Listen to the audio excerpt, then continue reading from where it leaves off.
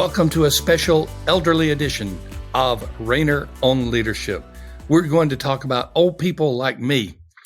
Well, we're going to talk about people who are around the age of 70.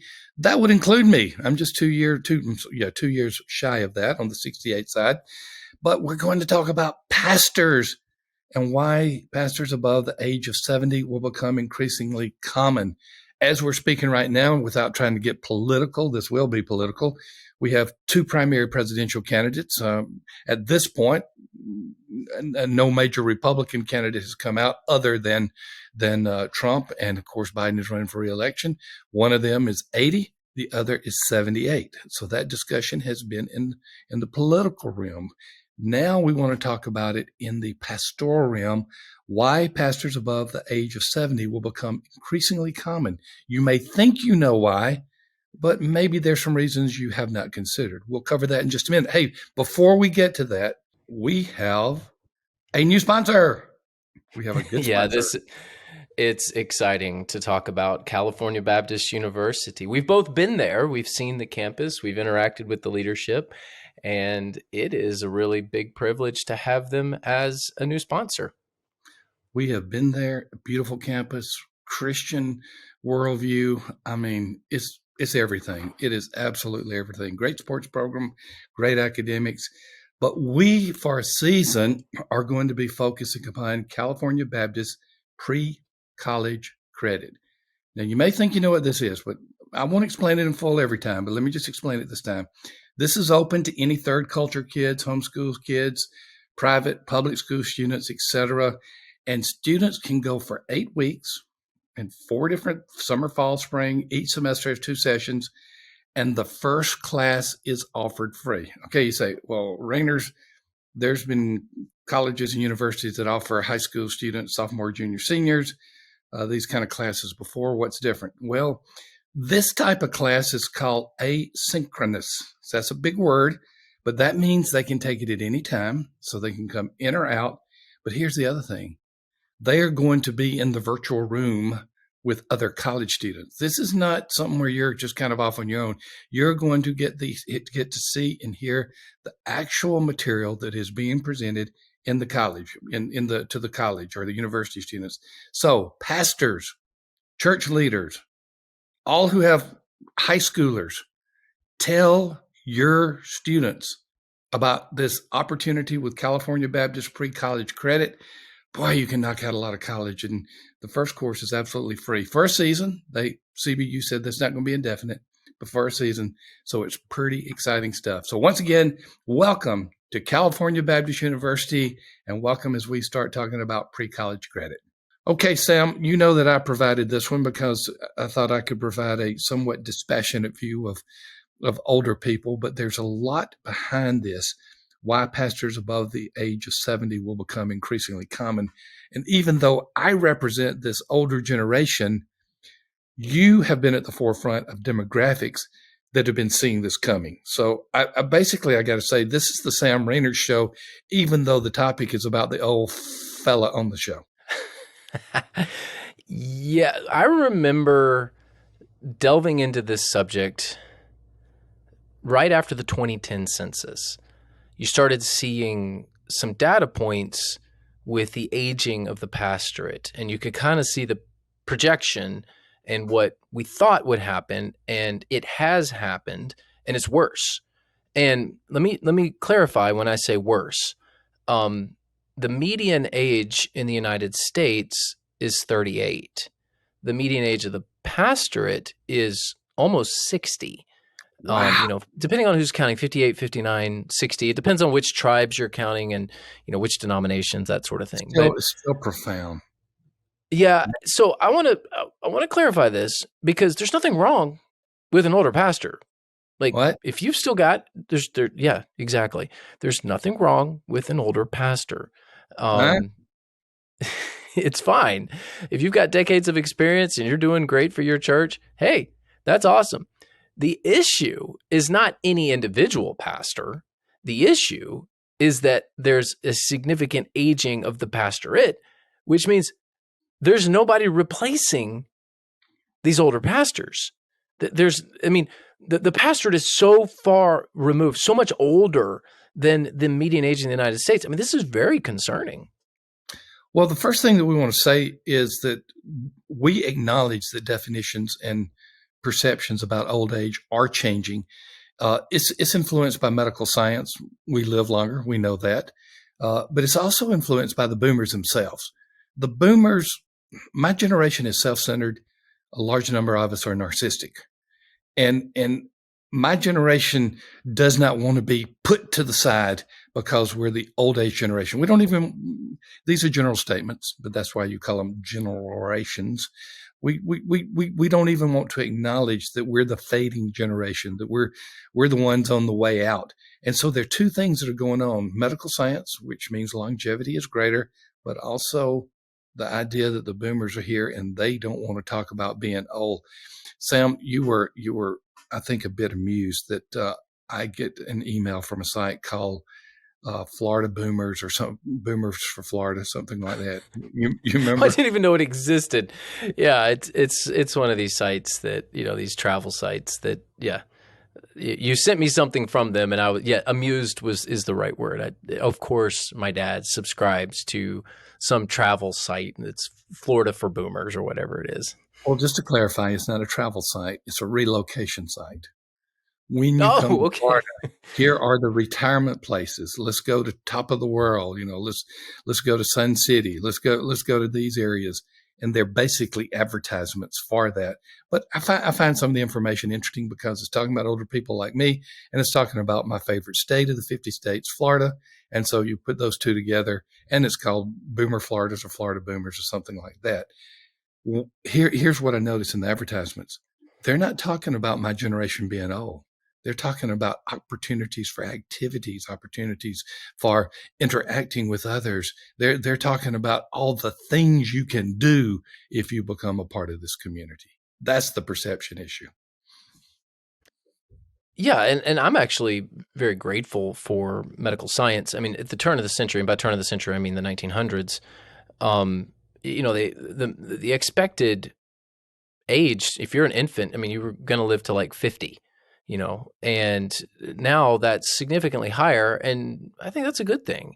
I'm grateful people are living longer, which means they can work longer and have, if you retire, have a more fulfilling retirement. You can live a life that's healthy. These are all positive things. The issue is, which our second point, I'm glad perceptions are changing. I'm glad things that are better for people who are older. That's good. There's just not as many people coming into the pastorate to replace them, and that's the problem. I mean, I'm 43. I get called the young guy still. Like how on earth? I'm middle age. How on earth do I Please get called the young guy?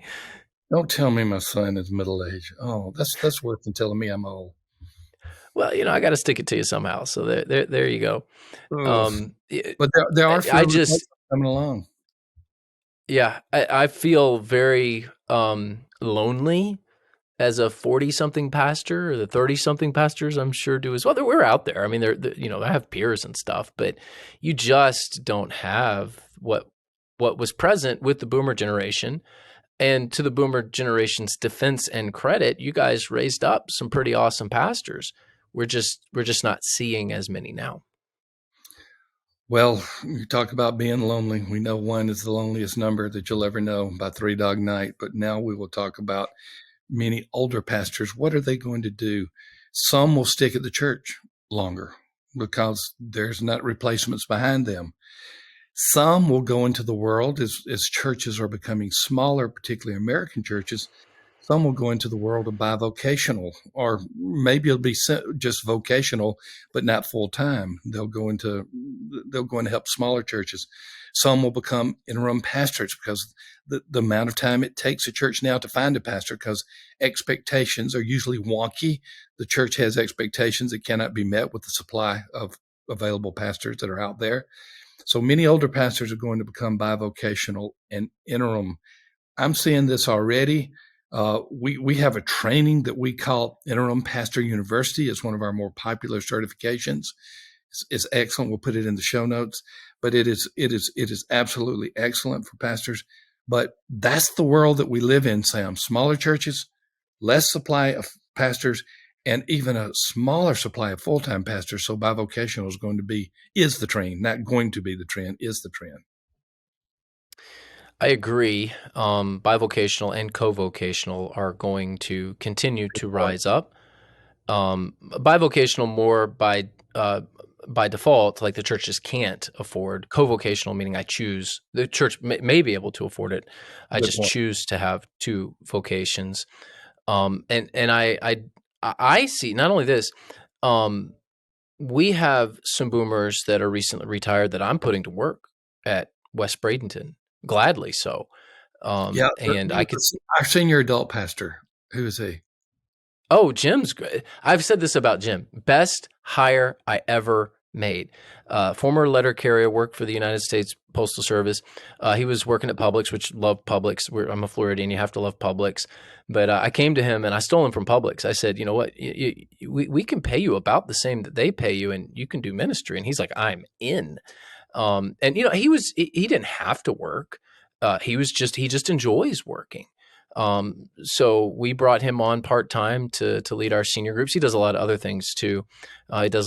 He keeps track of all of the care and prayer requests, and boy, He's he's a incredible. huge asset.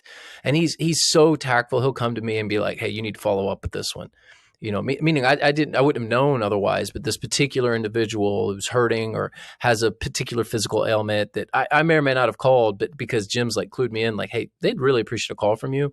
He is such a big help to our staff. I'm looking at a couple other boomers that are retiring, and I'm thinking, okay, we have some potential here with them. So I see churches, if you're smart, you'll put some of these boomers to work, because they're going to if you don't put them to work in the church, they're going to travel. They're going to go someplace, and I'd much rather keep them in regular fellowship with the church. So I would just say it's a concerning thing that we don't have enough young people, but use what you have. And if you've got a lot of boomers that have a lot of time, please put them to work. Some of them will end up in bivocational and interim work as well. I love it. I love it. I love what Jim does. I was at our church, and I refer to our church because I have membership in two sons' church, one in Florida, Sam, and one in the Nashville area, Jess. And I was at our church in Florida, and I don't know why you were doing this, but you were snow skiing. You went out west. You left the palm trees for the white stuff, and it was below freezing. I just don't get it. But anyway, that's not the You talking point. about the last trip? Yeah, it was. We skied with our children. That morning when we got up on the mountain, it was negative 38 degrees actual temperature. I just I thought I raised you better than that. I'm glad you live in Florida. At least that reflects the part of the good raising that took place. But I went to the Wednesday night Bible study. I know you have a lot of Bible studies going on Wednesday night. The Jim taught. He did a great job. He did a really, really good job. And if I remember, it was on heaven, and people were really tuned in. And the fact that I remember it so many weeks ago, Jim, we've gotten on the topic of Jim. I guess we better go on. The fourth point is this. I think he's an idealized version of what you hope for with Yes, a boomer leader, and that's yes. why we're talking about him. I want to put a positive spin on this. There could be a lot of negativity here too, of course, but I want to look at it positively. Jim's the kind of person you should equip, invest in, and do more with. Yeah, and he's a part-timer. He's not a heavy financial cost to the church. The value is far greater, just far greater. And you've given some of the hints of that. But here's one of the negative. Many older pastors want to leave the church or want to be able to do something different in this phase of life, but they can't because they are not financially prepared for it. That's the sad part, Sam. We're seeing so many of these pastors right now. Yeah, and there's not much we can do about it.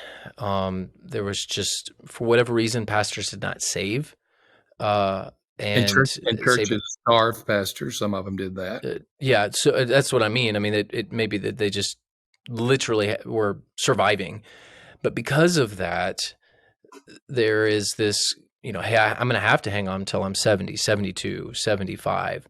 There's a pastor in our area, in our region. The pastor's approaching 90, and his reasoning is, very simple. Like, I don't have the money to retire. He Wow. never had any savings. So you will see this happen. There will be some who hang on longer than they should and stay in a position longer than they should, simply for financial reasons. And it's unfortunate. It's unfortunate churches wouldn't, invest in pastors to help them out. It's unfortunate that some just didn't save like they should have. But it is reality. And yeah, there'll be plenty, and there are plenty right now where, hey, I would retire if I could. Which brings us up to our fifth and final point. Many older pastors are not leaving their current pastorate for reasons other than financial. It may be an identity reason. It may be a legitimate call that God has not freed them from that place. But we're seeing this more than ever beyond the financial, that many older pastors just say, I'm not going to leave the church for right now. And it's happening at an older age than I know in my longevity of ministry, that they're staying for reasons other than financial, but they are sticking longer. Yeah, this is I've heard some people really celebrate the fact that pastoral tenure is getting longer, and we're seeing that in the data. It used to be every 3 or 4 years a pastor would move. Now it's every 5 or 6 or 7 years. It depends on who's counting and how, but um, anybody's like, "Hey, pastoral tenure is getting longer. That's great." I'm like, yeah, it is. It's generally good, but there's a reason for it. There's an aging of the pastorate. And as you get older, you're less inclined to make a big move. You're more inclined to stay at your current church. As we mentioned before, some just have to. They don't have the option of retiring or moving on. And the younger people, those who are millennials and Gen Xers, well, because of the housing market, a lot of them can't move. They're kind of locked in because of affordability reasons. So I would say it's good. It's good that pastoral tenure is lengthening, but it, the reasons are not exactly healthy overall. It's just because some need to stay, others can't move because of affordability issues. And hopefully God will work through that, and that, people that stick around longer will get more done. So it's not all bad, but I wouldn't go around celebrating the increase in pastoral tenure numbers just yet, because the driving factors aren't exactly healthy. It's not like these churches are in good places and that's why they're staying longer. Of all of these reasons, do you identify any one particularly as more dominant than the other? When I think of it, I think of supply and demand, that there's fewer pastors to come into these churches. Boomers are sticking around for different reasons, but they're the supply and they stay because they can. So if the church is not able to find the younger ones because the younger pastors don't exist in the same number as the boomers. I completely agree. And unfortunately, there is a lot of idealized pictures of what a pastor is. So, the boomer pastor that's done well, and it's time to retire. A lot of these churches are hoping to go get a 30-year younger version of that pastor. That person doesn't exist. That the 30-year-old baby boomer doesn't exist anymore. Sorry. And so there's some unrealistic expectations of, hey, our baby boomer pastor's retiring. Let's go find a younger version. And that younger version is not out there, because it's a whole different generation. It's a whole different way of leading and a whole different mindset. And I think that is slowing some churches down, and it's causing churches not to make a move. And yeah, that's part of the reason why I think some of these older pastors are staying longer, and why transition plans are so difficult. How many succession plans have we seen fall apart Mm-hmm. between a baby boomer and a millennial? And the baton just doesn't get passed, because the mindset of each of these generations is very, very different. The way they lead, generally, I know we do generalizations, generally very, very different. And the boomer pastor looks at the millennial pastor and says, yeah, this ain't going to work. There's a lot of complexities here, and each case is different, of course, but we've seen a lot of these things fall We sure have. apart with what looks like a good succession plan, but it was just hard for the boomer pastor to pass the baton to the millennial pastor. And I'm not saying millennials are all right and boomers are all wrong either. There's some unrealistic expectations on both sides. And doing the succession is harder now. It's much harder. Fascinating topic. Just another fascinating tidbit.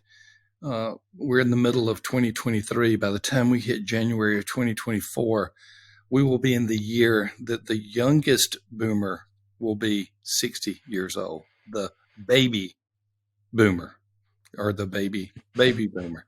The youngest will be 60 years old. So this generation is truly aging, and the oldest will be like 74, 75. I'd have to do my math on that. Born in 46. So yeah, it's an aging generation for sure. Hey, before we go, we got a new book to talk about called The Night is Normal. Tell us about it. Yeah, by Dr. Alicia Britt Cole. You can find it at Tyndale.com. It's called The Night is Normal, a guide through spiritual pain. As a former atheist, Alicia's raw faith and love for God's word hold the attention of saints and skeptics alike. In The Night is Normal, revered author, speaker, and mentor Dr. Alicia Britt Cole offers a groundbreaking perspective that reveals spiritual disillusionment as an unexpected friend. So whether you're disillusioned with God, yourself, or others, Alicia offers practical and soulful tools to help you navigate the night and find your way to a livable and love-saturated hope. Again, you can find this at Tyndale.com, and the name of the book is The Night is Normal. Thank you again for tuning in. We're glad you're here. YouTubers, good to see you. Those of you listening on the podcast, good to hear you. We will check you out on the next episode. Hey, folks, this is a PS to our podcast. We got some exciting stuff that we want to offer you absolutely for free. Sam, when you think about predictive factors in a church's growth, if you take out demographics, what are some things that come to mind? Just two. I mean, don't give me a list of 10. Just two or three things that come to mind on predictive growth of a church. Well, evangelism and whether the church is doing it or not. Bingo. And then I will add, is it an ongoing evangelism emphasis? Double bingo. Well. And maybe something about leadership and their commitment to that. So all of the above. Evangelistic churches have evangelistic pastors. Is the staff, is the lead pastor doing the work themselves? We have a free download for you, and it's actually a sheet that you can self-score.